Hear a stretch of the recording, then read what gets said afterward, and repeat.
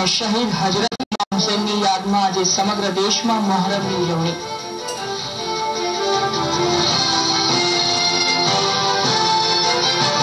ઉજવણીમાં કોમી એકતાના દર્શન પણ થઈ રહ્યા છે. જૂનાગઢમાં તમામ ધર્મના લોકોએ સાથે મળી પાણી અને શરબતના પરબ બનાવ્યા છે અને તેમણે કોમી એકતાનું ઉદાહરણ પૂરું પાડ્યું છે.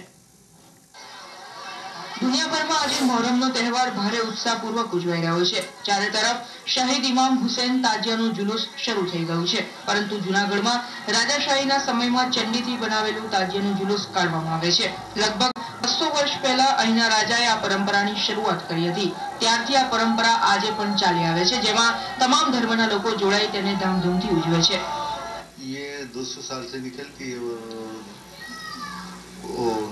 नवाब रसूल खान जी के वक्त से ये निकलती है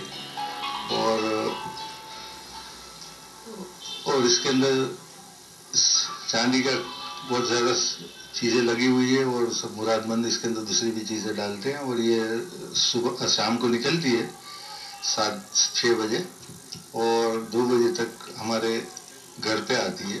અહીં પરબ પર કોમી એકતાને પ્રોત્સાહન મળે તેવા તમામ ધર્મના ચિહ્ન લગાવવામાં આવ્યા છે, જેથી કોમી એકતાની આ સુવાસ ચારે તરફ ફેલાઈ જાય. તો બીજી તરફ તમામ ધર્મના લોકો આ કાર્યને સાથ અને સહકાર આપી શ્રદ્ધાળુઓનો उत्साह વધારી રહ્યા છે. मोहर्रम का हमारा त्यौहार है. यहाँ हम 20 साल से 25 साल से मोहर्रम का त्यौहार मना रहे हैं और यहीं सभी मिलकर हम हिंदू मुस्लिम भाइयों सबके यहाँ पे न्याज खिलाते हैं, शरबत पिलाते हैं.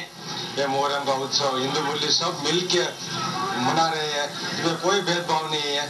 જ્યાં સુધી દેશમાં આવી જ એકતા જળવાઈ રહેશે ત્યાં સુધી દેશના દુશ્મન એવા આતંકવાદને ધર્મના નામે દેશના ભાગલા કરવામાં ક્યારેય સફળતા નહીં મળે તેમાં કોઈ શંકાને સ્થાન નથી. ઝી ગુજરાતી સમાચાર માટે જૂનાગઢથી હનીફ ખોખર.